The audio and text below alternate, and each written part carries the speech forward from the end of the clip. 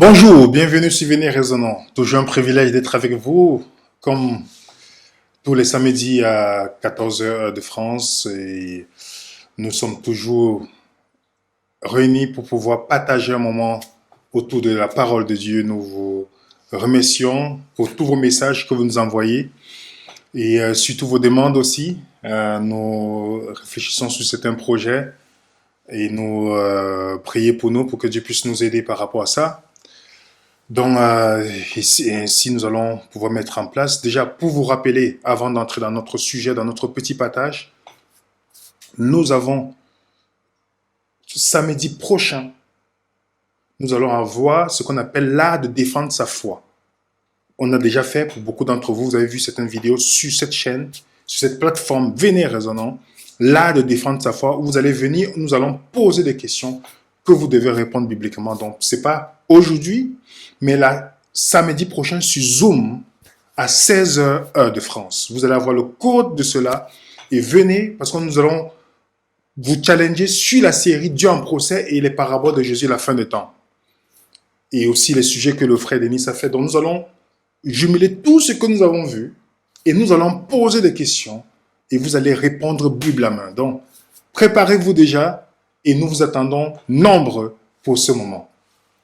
Et après cette série, nous allons préparer ce qu'on avait promis, comment donner une étude biblique. On le fera sur Zoom. La vidéo ne sera pas nécessairement sur YouTube, mais nous vous invitons déjà à être connectés à tout cela parce qu'on va vous annoncer au fur et à mesure comment donner une étude biblique, par où commencer, quel est l'outil que j'ai besoin, comment aborder. Si je suis face à un bouddhiste, un musulman, un chrétien, un panafricaniste, comment partager l'évangile avec ces personnes à l'amour du Christ. Donc, restez connectés par rapport à ça parce que c'est une formation que vous êtes nombreux à demander et dans l'équipe, Venez Raisonnons veut vraiment partager ça avec vous. Enfin, comme vous savez très bien, notre objectif, ce n'est pas de faire des suiveurs, mais des leaders que vous êtes. Chacun d'entre nous doit avoir ce mindset de leader, pas leader selon ce qu'on voit dans le monde. Parce que Jésus a dit, celui qui veut être le plus grand parmi vous, soit celui qui sert. Ce qui est contraire. Donc, notre grandeur aux yeux de Dieu est liée à notre service pour les autres. Donc, nous devons servir les autres pour pouvoir les aider à être meilleurs, à se rapprocher de plus en plus vers Jésus-Christ. Donc, restez connectés. Si vous n'êtes pas dans notre groupe Telegram ou WhatsApp, vous avez vu la description de cette vidéo, vous allez voir notre email. Vous nous envoyez votre email avec votre numéro de téléphone et l'indicatif de votre pays. Ainsi, nous allons transférer pour que vous soyez mis dans ce groupe pour pouvoir voir les documents et les informations pour tout ce qui va se faire. Nous allons aussi préparer bientôt une nouvelle série. Nous sommes en train de réfléchir sur la thématique, sur les points que nous allons faire bientôt. Mais pour l'instant, nous allons continuer à répondre à certaines questions que les gens nous posent. Nous ne sommes pas encore en train d'étudier le livre d'Apocalypse, mais il y a des questions que les gens posent. Par exemple, on a vu les 144 000. Je vois souvent les gens poser souvent certaines questions sur les 144 000. Et comme je l'ai dit dans les questions-réponses l'autre fois, les gens sont focalisés sur qui va être. C'est pas ça. Si on étudie le livre d'Apocalypse, vous allez voir, les amis, que ce n'est pas ça le but du livre d'Apocalypse. C'est Dieu veut nous montrer le caractère des 144 000. Donc, ne tombons pas dans la distraction. Des gens qui cherchent des choses, des questions qui ne sont même pas liées à notre salut. Est-ce que j'ai le caractère des gens des 144 000? C'est ça la bonne question. Vous voyez ça? Donc, voilà, nous allons essayer de répondre à ces différentes questions qui se trouvent. Et le jour que Dieu permettra, nous allons essayer de faire le livre d'Apocalypse entièrement pour aller verset par verset par la grâce de Dieu. Donc, continuez à prier pour nous et merci pour vos prières, pour vos encouragements. Aujourd'hui, nous allons faire un court sujet parce qu'on a un Zoom tout à l'heure. Et ce sujet, c'est très important de le remettre de le faire pour remettre certaines idées à la place, à notre place ou à leur place. Oui, à leur place. Parce que nous vivons dans un monde, il y a des choses qui se passent, mais il y a aussi beaucoup de confusion. Énormément. Je ne parle pas seulement des gens du monde, je parle beaucoup plus des croyants. Le thème que nous allons aborder est le suivant. Le vrai signe qui montre la venue de Jésus. Je répète, le vrai signe qui montre la venue de Jésus. Que Dieu puisse nous inspirer et qu'il nous accompagne dans ce moment. Il y a beaucoup de choses qui se disent sur Internet. Beaucoup de choses que les gens, ils voient des choses qui se passent par rapport à la piqûre, par rapport à tout ce qui se passe. Des gens sont déjà allés dans tout, il y a des thèmes. Parfois, vous voyez une vidéo de quelqu'un qui fait un thème sur les signes, voilà les signes qui sont accomplis. Vous allez voir des milliers de personnes courir pour aller regarder. Mais lorsqu'on dit, voilà une vidéo qui parle de l'amour de Dieu pour l'humanité, pourquoi comprendre le caractère de Dieu, vous n'allez pas voir des gens courir pour aller regarder. Parce que nous sommes devenus des assoiffés des signes. Nous sommes devenus des gens qui sont des consommateurs des signes. Et la prophétie, mes chers amis, Dieu n'est pas contre la prophétie. Si vous lisez dans 2 Pierre, c'est lui qui a dit, 2 Pierre 1, verset 19, il dit, « Et nous tenons pourtant plus certaine la parole prophétique à laquelle vous faites bien de prêter attention, comme une lampe qui brille un lieu obscur. » Donc, Dieu nous invite à regarder, à prêter attention aux prophéties. Oui, les prophéties, c'est une très bonne chose. Et lorsqu'on va même dans 2 Thessaloniciens, 1 Thessaloniciens 5, verset 20, Paul nous dit, ne méprisez pas les prophéties. Quel était le but des prophéties? Quel était le but des prophéties, les amis? Le but des prophéties, c'était de montrer à Israël le temps dans lequel ils sont. Oui, Dieu voulait leur montrer le temps dans lequel ils sont. Mais les prophéties sont devenues un piège pour Israël biblique. Au point, tout ce qu'ils cherchaient, c'était des signes. On a l'échange de Jésus avec ces pharisiens dans Jean 4, verset 48, où il dit, Jésus leur dit donc, si vous ne voyez des signes et des prodiges, vous ne croirez point.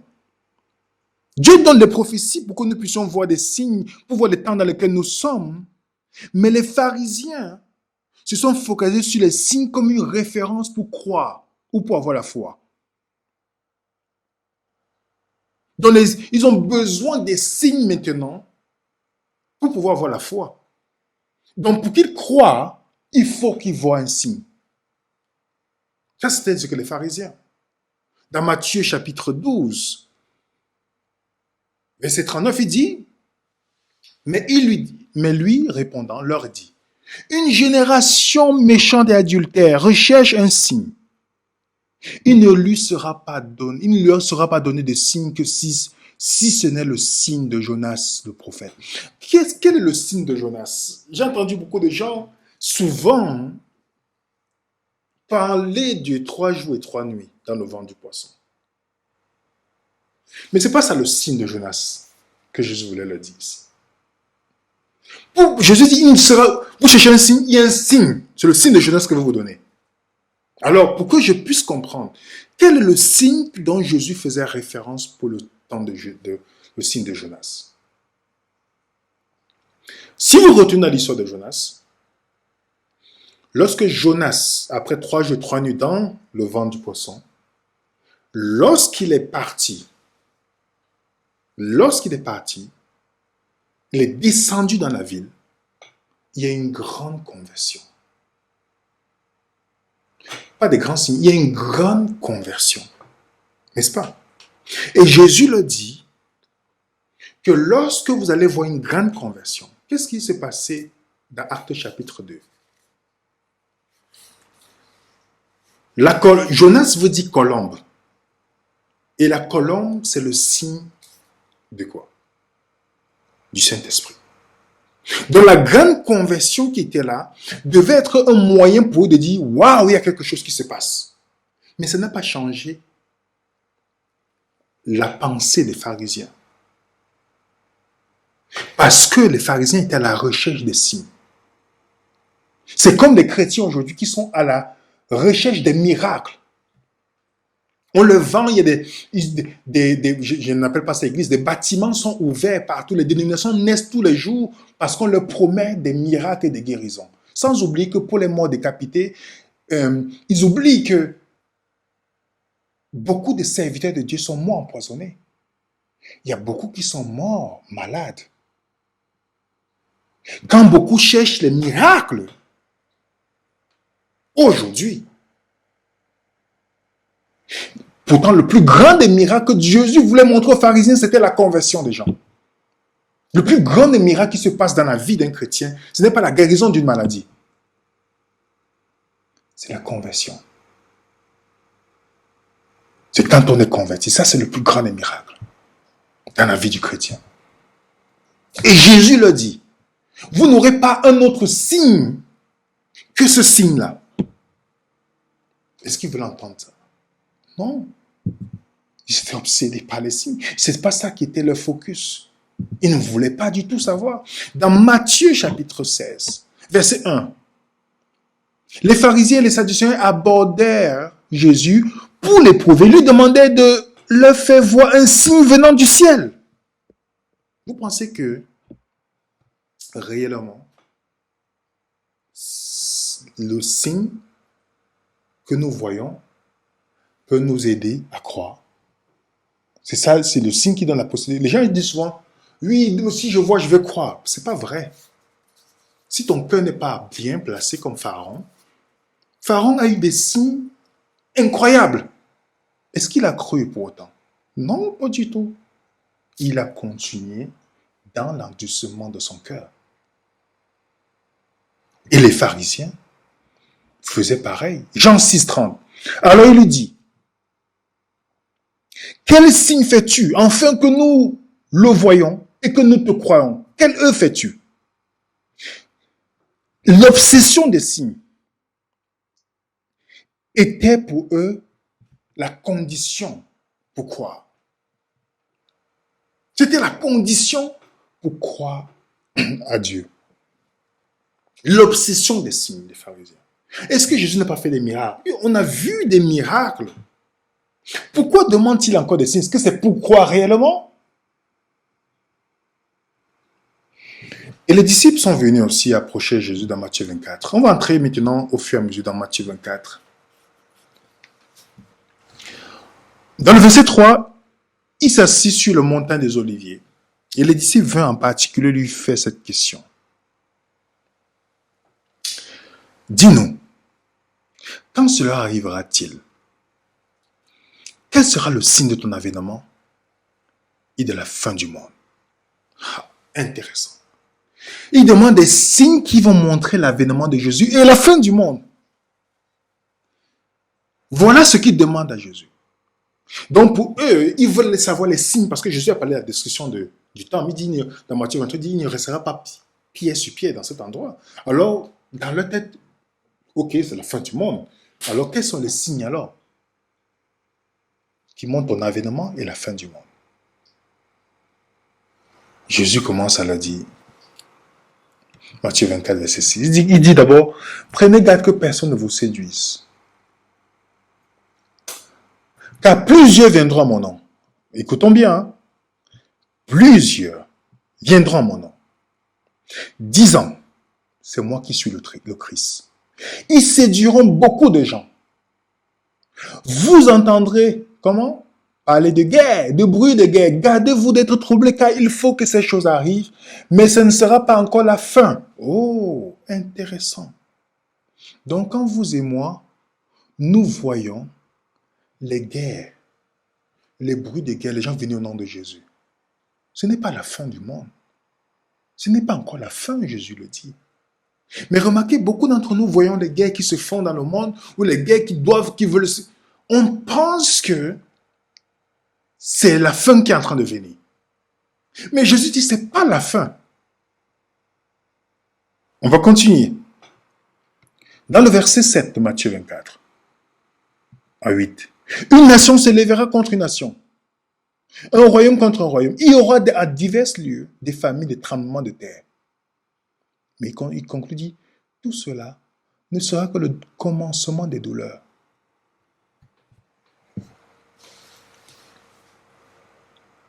Tout cela ne sera que le commencement des douleurs, mes chers amis.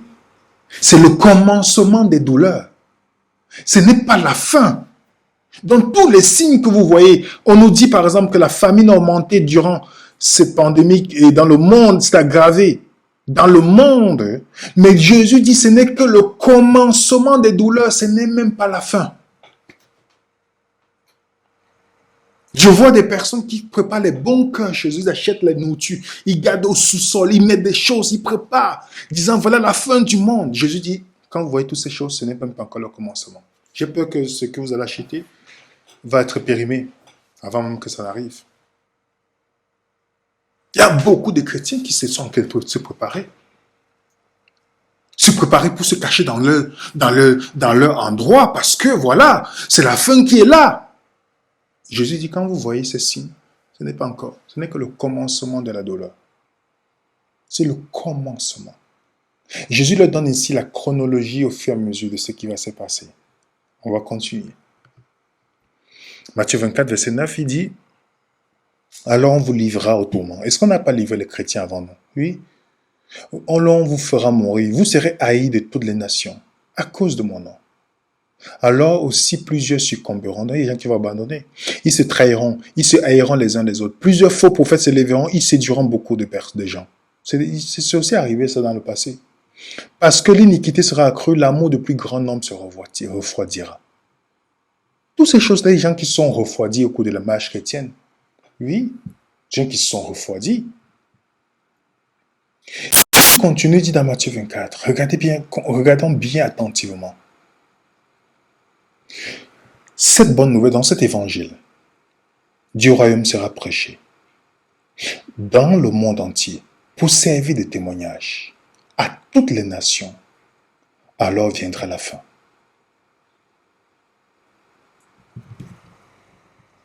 Alors, quel est le signe qui montre la fin du monde? C'est la prédication de l'évangile. C'est la prédication de l'évangile et non parce que les gens perdent leur emploi aujourd'hui, ce qui est terrible à cause parce qu'ils refusent quelque chose. Ce n'est pas ça le signe de la fin. Ce n'est pas le signe de la fin, les chers amis. Ce qui va mener la fin, que nous serons à la fin, c'est lorsque l'évangile sera prêché aux quatre coins du monde. Voilà le signe qui montrera. Et ce signe, ce n'est pas étant passif, mais c'est que nous devons répondre à cet appel pour que la fin du monde arrive. Parce que le but du chrétien, ce n'est pas d'améliorer ce monde, c'est de mettre fin à ce monde en prêchant l'évangile. Voilà le signe. Parce que la prédication de l'évangile, si vous remarquez Matthieu 24, verset 14, je vais revenir là tantôt. Mais si vous remarquez bien, Matthieu 24, verset 14 est suivi du verset 15. Parce que la prédication de l'évangile va provoquer quelque chose. Pour ceux qui ont déjà vu notre vidéo sur Matthieu 24, je ne vais pas trop m'attarder là-dessus, sur certains points. Mais quand l'évangile est prêché pour que la fin arrive, si vous partez dans le verset 15, il sait pourquoi. Donc l'évangile est prêché, c'est pourquoi lorsque vous verrez l'abomination de la désolation, qu'est-ce qui va mener l'abomination de la désolation? Qu'est-ce qui amène l'abomination de la désolation? Je vais expliquer tout à l'heure c'est quoi l'abomination de la désolation à la fin des temps. Pour ceux qui ont déjà vu notre vidéo, le panorama prophétique, l'abomination de désolation, regardez bien si vous voulez comprendre toute l'entièreté. Je vais seulement aller rapidement aussi. Qu'est-ce qui va mener l'abomination de la désolation? La prédication de l'évangile. Donc, la prédication de l'évangile vient avant. Après, il y a l'abomination et la désolation qui est décrétée. Qu'est-ce qui se passe après? Et c'est ainsi qu'il y a une grande tribulation. Il y a une grande tribulation, telle qu'il n'y en aura point eu depuis le commencement. Et si ces jours n'étaient pas abrégés, nulle chair n'eût été sauvée. Mais à cause des élus, ces jours-là seront abrégés. Mes chers amis, prédication de l'évangile, le signe qui va mettre la fin, qui va accélérer la fin, et ça va décréter la conséquence de la prédication de l'évangile. Qu'est-ce qui viendra? L'abomination, la désolation. Et ensuite, quand l'abomination, la désolation arrive, la persécution suit. Vous voyez bien le chemin? Nous allons continuer. Matthieu 24, verset 23-31. Alors, si quelqu'un vous dit, voici le Christ est ici ou il est là, ne le croyez pas. Car ils élèveront des faux Christ, des faux prophètes, ils montreront de grands signes de prodiges, de manière à séduire, s'il est possible, même les élus. Voici, je vous l'ai dit à l'avance, si donc on vous dit, voici, il est au désert, ne sortez pas, voici, il est dans les chambres intérieures, ne le croyez pas. Car, comme l'éclair sort de l'Orient et apparaît jusqu'à l'Occident, ainsi sera la venue du Fils de l'homme. Car où que ce soit le corps de mort, là s'assembleront les aigles, et aussi, après la tribulation de ces jours, le soleil sera obscurci, la lune ne donnera pas sa lumière, et les étoiles tomberont du ciel, et les puissances des cieux seront ébranlées. Alors paraîtra le signe du Fils de l'homme dans le ciel, avec toutes les tribus de la terre, et alors toutes les tribus de la terre se lamenteront et verront le Fils venant sur la nuée du ciel, avec puissance et une grande gloire. Il enverra ses anges avec un grand son de trompette. Ils rassembleront ses élus des quatre vents, depuis l'un des bouts du temps du ciel jusqu'à l'autre. Remarquez les amis, on va essayer de faire la synthèse de ce que nous venons de dire. Verset 14, l'évangile est prêché. Le verset 15, ça directement, l'abomination de désolation est déclenchée. Et le verset 21, la persécution arrive. Une fois que l'abomination de désolation est déclenchée, on a une grande tribulation. Et qu'est-ce qui se passe? Jésus vient dans les nuées, dans le verset 30, le verset 31 vient rassembler ses élus. Vous voyez bien, est-ce que vous voyez bien la séquence? Vous pouvez filmer si vous voulez. Regardons bien la séquence de Matthieu 24. L'évangile est prêché, directement l'abomination de la désolation. Alors, une fois l'abomination de la désolation arrive, nous avons la grande tribulation. Et qu'est-ce qui se passe? La venue du Fils de l'homme avec la nuée. Et le rassemblement des élus. Voilà la progression prophétique que Jésus donne. Ok? Maintenant, nous allons faire une comparaison avec le livre d'Apocalypse. 14. Vous allez voir qu'il y a un parallèle, une répétition. Et dans cette répétition,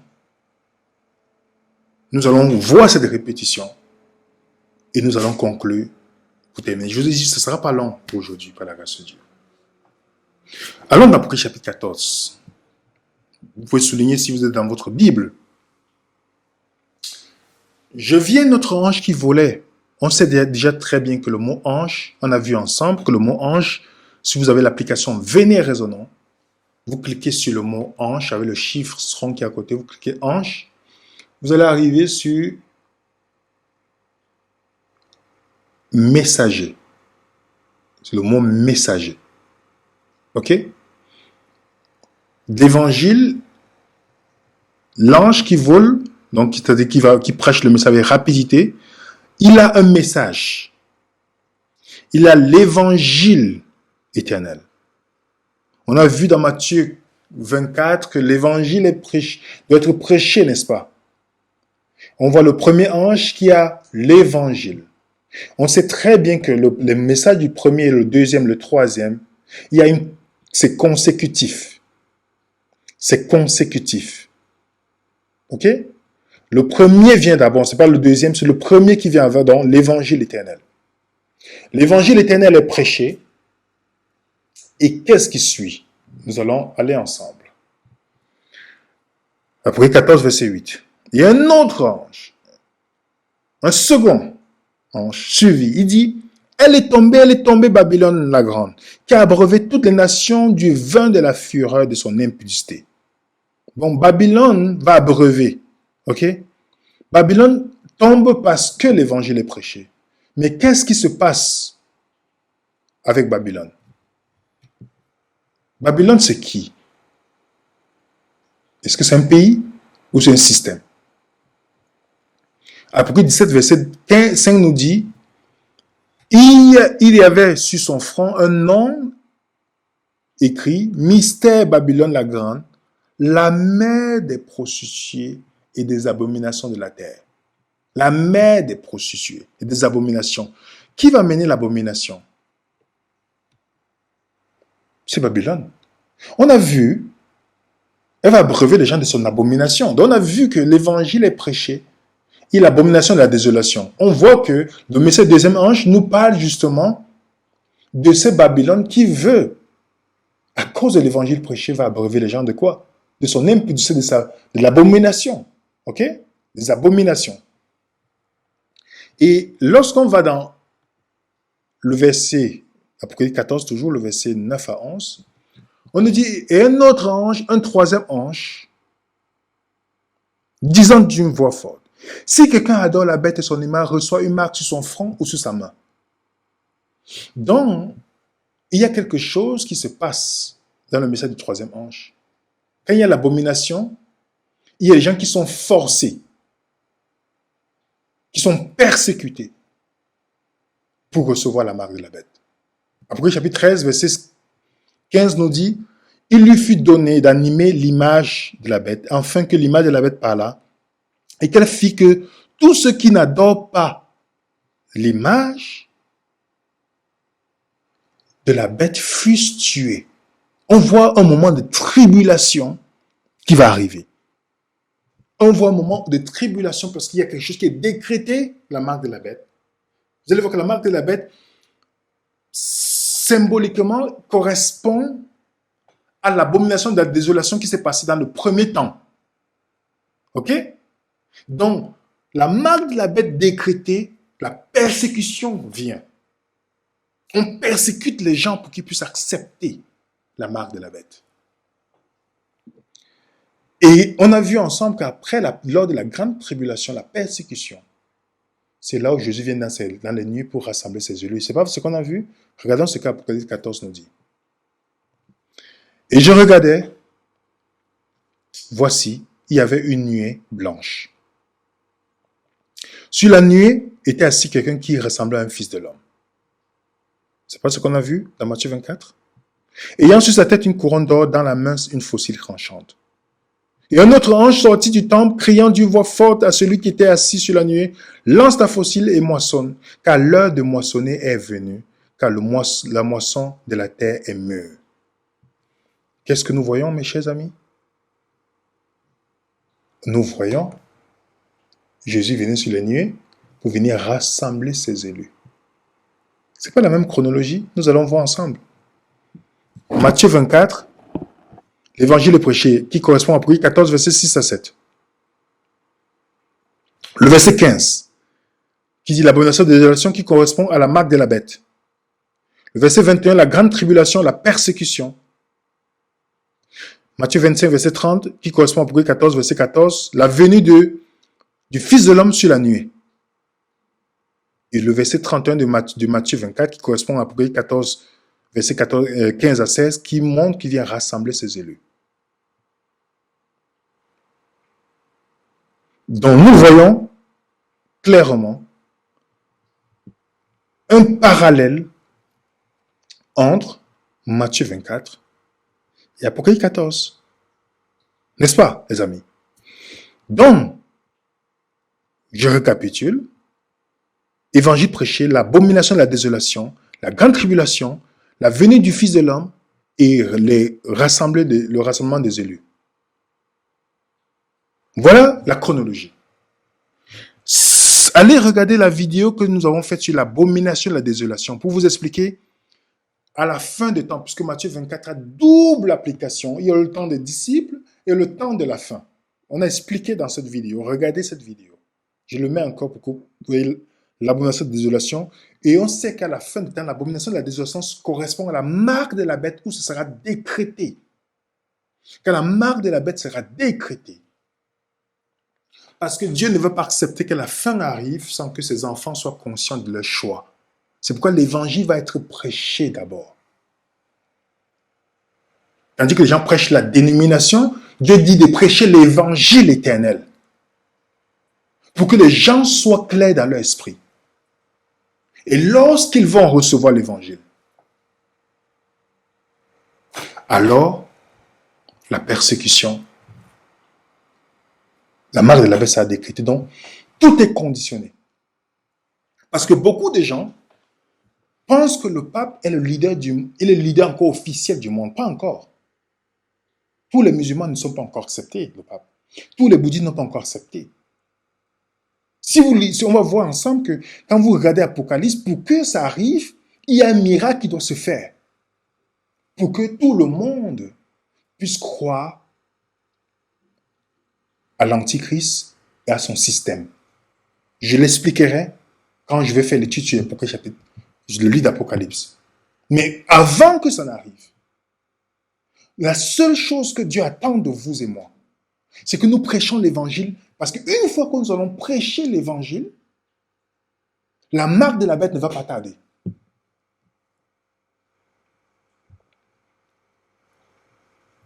Une fois que nous allons prêcher l'évangile, la marque de la bête ne va pas tarder, les amis. La marque le message du premier ange doit être prêché pour déclencher tous les autres. Remarquez bien, Jésus a commencé par Matthieu 14 et on voit que une fois que ça arrive, ça déclenche les autres choses qui vont venir. Donc vous et moi, on est focalisés sur les signes qui ne sont pas les signes qui montrent la fin, mais le temps où on vit, mais on oublie le signe qui va anticiper la fin, qui est la prédication de l'évangile. Voilà. Voilà le gros problème que nous avons en tant que chrétiens. À la quête du sensationnalisme, à la quête des signes, à la quête de toutes les autres choses, Jésus dit, j'attends que vous prêchiez l'évangile pour que la fin vienne. Il a dit, Matthieu 24, 14, cette bonne nouvelle sera prêchée et servira de témoignage. En d'autres termes, on a déjà expliqué cela, l'évangélisation que Jésus attend, ce ne sera pas la transmission de l'information. Parce que beaucoup pensent que c'est parce que j'achète un livre, je donne aux gens dans la rue que ça veut dire que c'est ça l'évangélisation. Non. L'évangélisation, c'est la transmission de la transformation. C'est pourquoi il dit servira de témoignage. Est-ce que vous savez pourquoi nous ne faisons pas ça? Il faut qu'on se dise la vérité, mes chers amis. C'est parce que la bonne nouvelle n'est pas bonne pour nous. On fait encore beaucoup de choses par contrainte, par peur.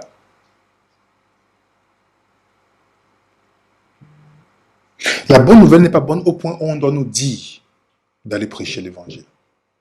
Montrez-moi des personnes qui ont reçu l'évangile, la bonne nouvelle, dans la Bible, et qui ne sont pas allées prêcher. Il dit que cette nouvelle était bonne pour elle, la femme samaritaine. Qu'est-ce qui est arrivé à cette femme? Qui sautait en plein midi pour aller puiser de l'eau. Qui puise de l'eau à midi, en plein soleil, quand le soleil est à son zénith. Qui puise de l'eau au Moyen-Orient. Il y a les pays, si vous allez au Moyen-Orient, quand le soleil est à son zénith, qui veut sortir? Les gens restent à l'ombre. Mais pour fuir le regard des gens qui la voyaient comme une femme de mauvaise vie, elle choisit cette heure pour aller puiser de l'eau. Évitez les regards. Évitez qu'on la stigmatise peut-être à côté d'un puits en disant « Regardez cette femme ». Mais qu'est-ce qui se passe? Elle a rencontré son sauveur. Sa vie a été changée. Jésus n'a jamais dit aux pharisiens qu'il est le Messie. Il a dit à cette femme, je suis le Messie. Et on dit bien dans Jean chapitre 4 qu'à cause d'elle, tout un village a été converti. Ce n'était pas seulement des paroles. Quelque chose s'est produit dans la vie de cette femme. On a le démoniaque que Jésus guérit. Il ne dit à personne, il n'a pas dit à tout le village. On a Zachée qui a reçu l'évangile. Lui qui était radin. Il a dit, je vais donner tout ce que j'ai. Qu'est-ce qui s'est passé? Est-ce que la bonne nouvelle est bonne pour nous? Voilà ça que Jésus attend que nous prêchions l'évangile. Mais nous sommes encore contraints de... Soit on cherche à vouloir se cacher pour que les gens ne nous voient pas, mais qui va faire cette œuvre pour que la fin du monde arrive? Il y a des gens un peu partout qui n'ont pas encore rencontré le Seigneur. Et vous et moi, tout ce qu'on pense, c'est de nous protéger. Celui qui veut sauver sa vie la perdra. C'est ce que Jésus a dit. On cherche seulement à nous protéger à notre petit coin, nous cacher, préparer les repas. On pense à toutes ces choses. Je dis, celui qui va perdre sa vie à cause de moi aura la vie éternelle. C'est-à-dire celui qui n'a pas peur, qui pense à vouloir faire les choses pour ma gloire. On a nos enfants, on pense qu'ils doivent seulement être médecins, mais pas médecins missionnaires pour Dieu. Et on espère que c'est quelqu'un d'autre qui va venir faire la mission. La bonne nouvelle n'est pas encore bonne pour nous. Et les amis, dans notre obsession des signes, en pensant, oui, voilà, il y a telle chose qui arrive, tout ça, c'est nos voisins qui vont dire devant le Seigneur, ils connaissaient la vérité, il ne m'a jamais dit. C'est nos voisins qui vont dire. Je n'ai jamais vu Jésus dans la vie de cette personne. Et c'est pourquoi dans Matthieu 24, Jésus dit, quel est le serviteur fidèle? Il continue dans le Matthieu 24, et prudent, que son maître établit sur ces gens pour leur donner la nourriture au temps convenable. Donc ce serviteur a un repas à donner. Heureux ce serviteur que son maître à son arrivée trouvera faisant ainsi. Donc en d'autres termes, il trouvera tout ce qui se considère comme servante ou serviteur de Dieu. Il les trouvera en action, pas passifs. Ils ne seront pas passifs. D'une manière ou d'une autre, ils vont contribuer à l'avancement de l'œuvre. D'une manière ou d'une autre, ils ne seront pas passifs, mais ils seront actifs. Il dit, heureux ce serviteur, que son maître en venant le trouve en train de faire cela. Il n'est pas assis ou caché dans un conteneur ou caché quelque part. Non, il est en train de donner ou faire d'une manière ou d'une autre. Je ne dis pas nécessairement que vous allez donner plus. D'une manière ou d'une autre, il est en train de contribuer. Il veut à tout prix accélérer l'avancement de l'œuvre de Dieu. On a vu Nicodème et à Joseph et Arimathée. Ils ne sont pas allés prêcher comme les disciples, mais ils ont soutenu la cause pour que ça aille plus loin. On a la femme samaritaine qui allait elle-même. Le témoignage a bouleversé toute une ville. On a le démoniaque. On a les disciples qui étaient peureux, mais qui étaient prêts à aller loin pour Jésus. Jésus dit, quel est ce serviteur? Que son maître à son arrivée. Est-ce que si Jésus vient demain, on peut se considérer comme serviteur que nous sommes en train de faire, qui va nous trouver en train de, d'une manière ou d'une autre, de contribuer pour l'avancement de sa cause? Parce qu'on peut se tromper. On peut rester assis chez nous, on dit, oui, je connais tel, si la marque de la bête va venir, je connais toutes ces choses.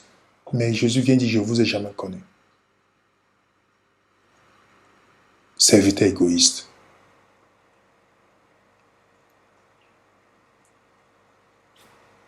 Ça peut arriver, mes chers amis. Donc, quand nous sommes pressés de voir les signes, nous sommes dans l'obsession de courir après les vidéos De tout en disant, ah, c'est le signe de la fin. Je vois les gens qui m'envoient des vidéos. Ah, tu vois, on est presque à la fin. C'est la fin, hein. C'est la fin. Et oui, c'est la fin. Il dit ça de leurs lèvres, comme Jésus dit. Mais le cœur est loin de Dieu. Ce n'est que des discours. Oui, tout le monde dit, ah, c'est la fin. Jésus, le signe qui va montrer la fin, c'est les prédications de l'évangile. Alors, qu'est-ce que nous faisons pour pouvoir permettre l'avancée de l'œuvre de Dieu? Qu'est-ce que nous faisons? Concrètement. Les disciples, il n'y avait aucun théologien parmi les disciples de Jésus, à part Judas, qui a perdu sa vie. Tous étaient des pécheurs. Donc, quelqu'un ne peut pas prendre de prétexte pour dire, je n'ai pas fait théologie pour accomplir quelque chose. Pour faire d'une manière autre où je suis.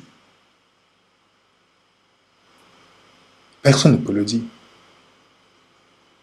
Parce que Jésus a donné la promesse à ses disciples. Venez, je ferai de vous pécheurs d'hommes. Ils étaient des pécheurs de poissons. Mais ils n'étaient jamais pécheurs d'hommes. Et Jésus a fait de pécheurs d'hommes. Donc il a donné cette promesse dans Matthieu 4, 18 à ses disciples. Il dit, il y a peu d'ouvriers. Priez pour que Dieu envoie des ouvriers. Combien d'entre nous prions pour que Dieu envoie des ouvriers? Combien d'entre nous prions pour que Dieu envoie des gens pour soutenir ces ouvriers? Combien d'entre nous faisons tout pour pouvoir aussi se mettre dans l'action? Ne pas seulement prendre les documents du sentier pour orner son ordinateur, prendre les documents de telle étude pour seulement dire, ah, c'était magnifique l'étude. On ne fait pas les études. Nous ne faisons pas les vidéos pour que vous dites que c'était bien. Je vous le dis encore aujourd'hui. La raison pour laquelle la plateforme Venez Raisonnant existe, c'est pour que les gens soient indépendants pour aller faire l'œuvre de Dieu. Ne pas attendre après une instruction d'une dénomination, d'une quelconque autorité. La seule autorité, c'est le Saint-Esprit pour nous diriger d'aller faire l'œuvre. Et c'est pourquoi nous mettons à votre disposition les documents gratuits, les études gratuites, pour que personne ne dise « Seigneur, c'était payant, c'est pourquoi je n'ai pas pu faire. » Nous le mettons parce que ce n'est pas parce que le copyright c'est à nous. Le copyright c'est le Saint-Esprit. Pour que chacun d'entre nous puisse investir pour aller prêcher l'évangile. Voilà où nous sommes arrivés. Qu'est-ce que nous allons faire? Jésus dit, cette bonne nouvelle sera prêchée dans tout le royaume. Il servira de témoignage. Alors la fin viendra. Notre focus n'est pas de regarder ce que le papa dit ou le voyage qu'il a fait. Ce n'est pas ça le plus important. Mais jamais. Ce qui va décréter la marque de la bête, c'est la prédication de l'évangile éternel. La bonne nouvelle au sujet de Dieu. C'est la seule chose qui va décréter. C'est l'évangile éternel. Une fois que c'est là, ainsi quand la marque de la bête est décrétée, c'est là où vous allez voir la tribulation. Donc tout ce que vous et moi, on pense que c'est la tribulation. Oui, je ne peux pas aller parce que je n'ai pas pris l'eau. Je ne peux pas aller dans tel endroit. Ce n'est pas ça la tribulation dont la Bible parle, mes chers amis. Ce n'est pas ça dont il y a des chrétiens actuellement qui cherchent une tribulation qui n'est pas encore la tribulation de la Bible. Je vois des gens, parfois, ils entrent dans un magasin, pourtant on a dit, mettez le masque. Ils n'en pas, ils veulent aller combattre les gens. Je dis, vous cherchez une tribulation, donc ce n'est pas encore le temps de cette tribulation-là. Quand ça m'a venu, on dit, si Jésus n'abrège pas les jours, les élus vont succomber. Donc, pensez que c'est ça? Il y a des gens qui ne veulent même pas faire un test. Si on leur demande d'aller prêcher quelque part, on dit ça, c'est la tribulation. Ce n'est pas encore la tribulation dont la Bible parle. Puisque la tribulation va s'attaquer à tous ceux qui cherchent le nom de Dieu. C'est pourquoi le christianisme va jouer un rôle majeur à la fin des temps. Quand l'Antichrist va faire le miracle, il faut tous les gens, même les athées, vont croire à l'Antichrist. Les musulmans, les bouddhistes, tous les gens qui n'ont pas accepté la vie, ils vont croire à l'Antichrist. Et c'est pourquoi ceux qui ne vont pas accepter vont être persécutés. Est-ce qu'il est déjà venu? Non, il a son système qui travaille pour son arrivée. Mais nous n'avons pas à nous focaliser sur eux. Ce que nous devons faire, c'est la prédication de l'évangile. Permettre aux gens de voir la bonne nouvelle, comme s'ils auront la possibilité de choisir Dieu lorsque Babylone va décréter son faux jour d'adoration. Lorsque Babylone va mener la fausse adoration d'une manière universelle, ils pourront dire, je n'accepte pas ça. Ça ne ressemble pas au caractère de Dieu. Ça ne ressemble pas à ce que Dieu me propose. Est-ce que vous comprenez, mes chers amis?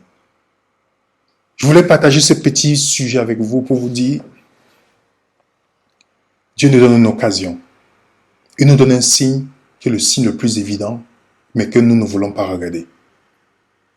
Le signe qui montre la venue de Jésus, qui va montrer que la fin est là, c'est la prédication de l'évangile. La question que nous devons poser, qu'est-ce que je fais pour cela? Ce n'est pas me cachant, m'asseoir, regarder seulement ce qui se passe dans l'actualité, dire, oh, ok, d'accord, voilà un signe, je veux me préparer. Ce n'est pas cette préparation. Qu'est-ce que je fais pour qu'ils viennent? Je vois des personnes qui disent, oui, je veux quitter tel pays pour aller vivre dans tel pays. Est-ce que vous pensez que vous serez en sécurité où? J'ai même vu de quelqu'un qui m'a dit, d'autres disent, oui, je m'avais acheté mon terrain dans tel endroit, caché en Afrique, ou dans tel endroit dans mon pays, aux Antilles. Vous pensez que vous êtes protégé dans cet endroit? Le chrétien est protégé là où Dieu veut qu'il soit. Donc avant de prendre l'initiative d'aller, les amis, rassurez-vous que Dieu vous demande d'y aller. Parce que ce n'est pas en partant dans tel endroit ou retiré ou pas qui fait que vous êtes protégé. C'est là où Dieu veut que vous soyez, que vous êtes protégé. Donc ne changeons pas des choses qui ne tiennent pas la route. Si Dieu vous dit que c'est en Afghanistan que vous devez être, vous serez protégé là-bas. S'il dit. Donc, au lieu de se focaliser sur des signes qui ne sont pas des signes de la fin, mais que nous montrent le temps où on vit, mais ce n'est pas le signe de la fin. Le signe de la fin, Dieu dit d'aller prêcher l'évangile, mais nous ne regardons pas ce signe. Pas du tout. Pas du tout. Et on dit qu'on attend le retour de Jésus.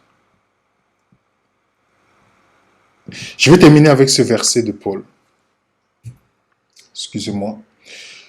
1 Corinthiens 9, verset 16 dit, si j'annonce l'évangile, ce n'est pas pour moi un sujet de gloire.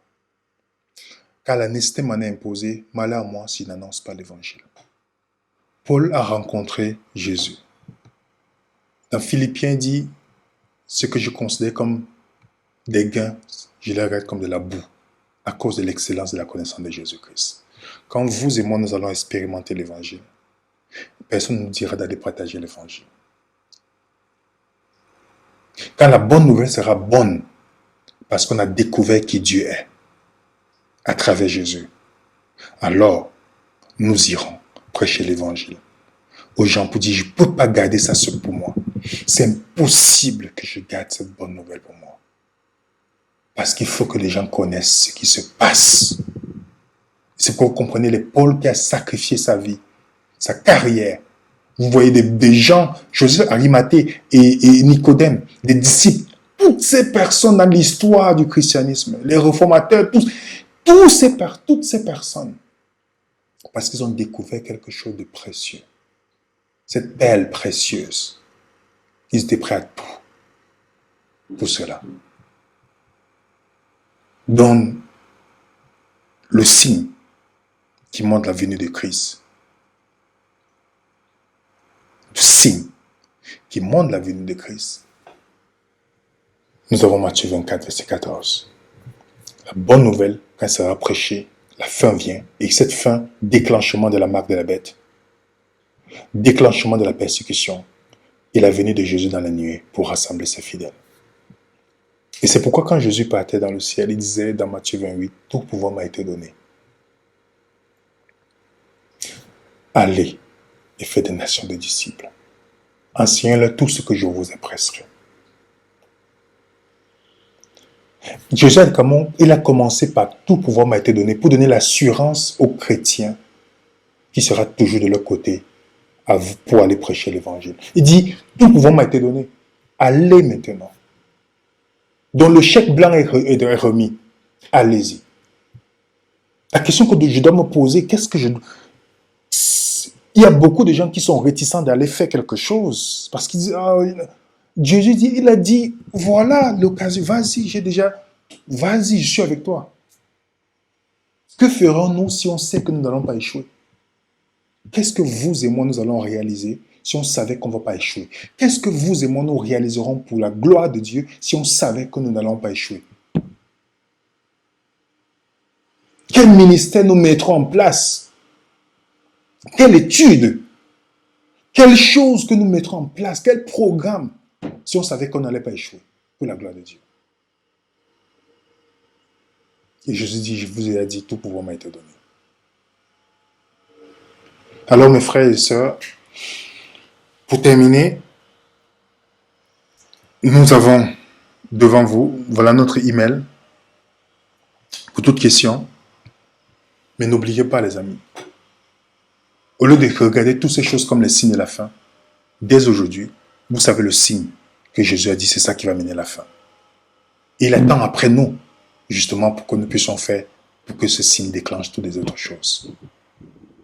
Ne restons pas passifs pour la grande cause de Dieu, si cette cause nous a réellement touchés. Que Dieu puisse nous aider, nous garde et qu'il nous aide pour que nous puissions expérimenter l'évangile, afin d'aller prêcher l'évangile là où il veut que nous soyons. Que la paix du Seigneur soit avec vous. N'hésitez pas à mettre un coup de pouce sur cette vidéo, de partager. Si vous avez des questions, envoyez-nous vos questions, pas sur les commentaires, mais envoyez vos questions. Nous mettez les commentaires sur YouTube par rapport à ce que Dieu met dans votre cœur de pouvoir réaliser. Mais si vous avez des questions sur un sujet, envoyez-nous par email et nous allons répondre mercredi à 19h30 heure de France. Que Dieu vous bénisse abondamment. Au nom de l'équipe Venez Résonnant, nous vous disons bon après-midi, bonne soirée pour certains. On se retrouve tout à l'heure à 16h heure de France sur le Zoom.